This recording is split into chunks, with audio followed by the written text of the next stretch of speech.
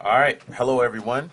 Welcome to Jet Central here on Jets TV. I'm not on location. That's probably the reason why I don't have my Mark Sanchez tee on. I don't have any Jets paraphernalia on right now, but still, it's go Jets, go Jets, go Mark Sanchez, go Rex Ryan. So shame on me for not having anything Jets on, but hey, that's just the way things go sometime.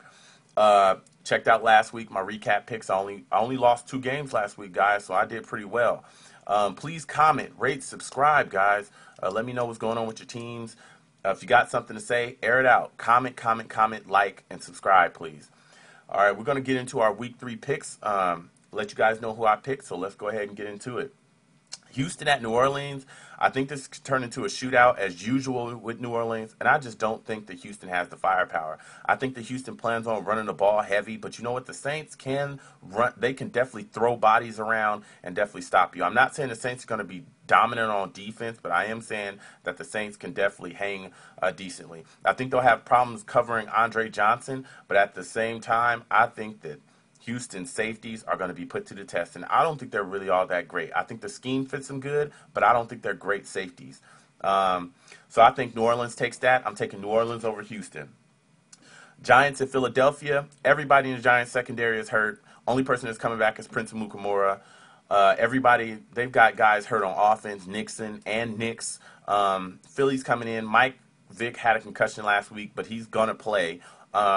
And everything with Philly is good as long as they don't turn the ball over. So I'm taking Philadelphia over the Giants. Jacksonville at Carolina. I think Cam Newton can come out and have another big game against Jacksonville, but in this game, I think if he controls the ball and does not throw crazy intercept or doesn't throw 3 interceptions like he did last week, I definitely think he comes out and gets his first win. I'm taking Carolina over Jacksonville.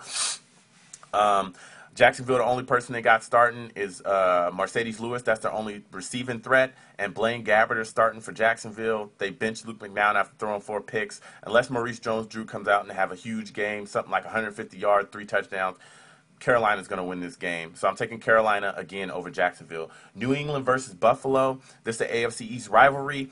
I don't care. I think the game's going to be close, but I think New England takes it. Buffalo is they're an ascending team. They're good, but they're not great.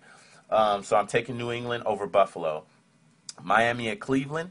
I'm going to take Miami. I think Cleveland's a good team. This is at home at Cleveland, but they're inconsistent. I think Miami plays like world beaters on the road, and I think they're going to come in and get things done. Brandon Marshall, great matchup in this game. I don't think there's anybody on Houston or on Cleveland secondary that can cover Brandon Marshall. And I think this is going to be a game where they come in and they get things done, not only offensively, but defensively. Cameron Wake could have a big game. Cameron Wake, defensive end for the Miami Dolphins. Please keep his name in your head because I think his name will be called a lot tomorrow.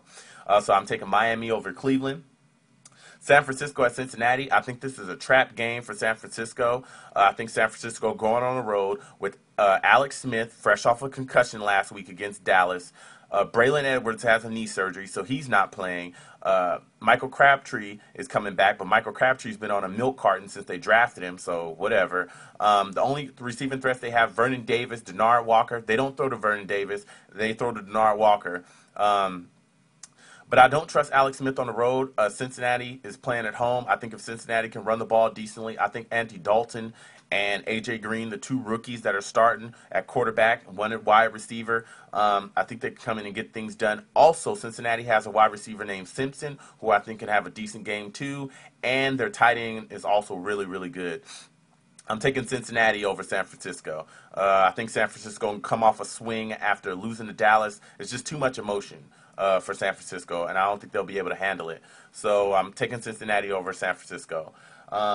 Tennessee versus Denver. I'm taking Tennessee with a finger by my nose because they both stink. But I think Tennessee can run the ball against them. I think Chris Johnson finally, I don't know, gets off the fucking whatever play wherever he's been in the world. He's going to come off of it and actually run the ball pretty well.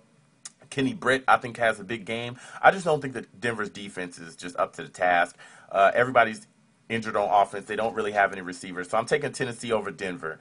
Detroit versus Minnesota. Minnesota's given up so many fourth quarter leads. It's crazy. They gave up 17 points to Tampa Bay in the second half. It was ridiculous. I think Detroit comes in, slows down Adrian Peterson, and just takes the game away. I don't think Minnesota has what it takes to beat Detroit. So I'm taking Detroit over Minnesota. Baltimore, St. Louis. I'm taking Baltimore. Baltimore dropped the game last week against Tennessee. I think they rebound, beat St. Louis. I just don't think the St. Louis has what it takes. Sam Bradford has also got a nagging injury in his finger. Jets at Oakland. This is a trap game for the Jets, but I think the Jets come in, scrub it out. As long as we control the ball and don't throw interceptions early like Mark Sanchez has done in the past, I think we can beat the Raiders. The Raiders have a really good front seven, but we need to slow the running game down. And once we do that, I think the Raiders will be beat by a field goal or a touchdown. I don't think we're going to crush the Raiders. Not at home. Kansas City versus San Diego. San Diego's going to beat Kansas City.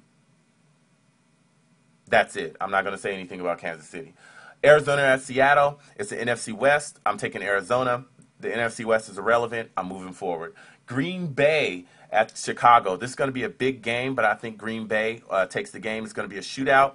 The Mike Martz offense, I don't think it's ever going to work in Chicago. I don't think they have the personnel to run it. Johnny Knox, Roy Williams, and whoever else, I don't care. I don't think they have the personnel to run that scheme. Pittsburgh and Indy, I'm taking Pittsburgh moving forward. Washington and Dallas, I'm taking Dallas. I think Dallas beats them by a touchdown. Des Bryant, I believe, is going to be playing. So is Miles Austin. Tony Romo's struggling with a rib injury. But you know what?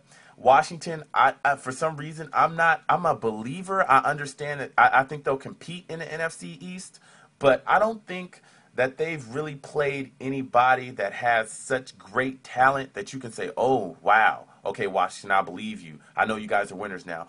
I haven't seen Rex Grossman really be tested, and I think against Mike Jenkins and Terrence Newman, he'll definitely be tested. So I got Dallas over Washington Monday night. As always, guys, comment, rate, subscribe. Let me know what's going on. Jets TV. I'll be back Tuesday to review my picks, man. I only missed 2 games last week, guys. Come on. Usually this is where I say go Mark Sanchez, but I don't have Mark Sanchez T on. So go Jets, go Rex, go everybody. Shout out, guys. See you guys when I see you. Peace.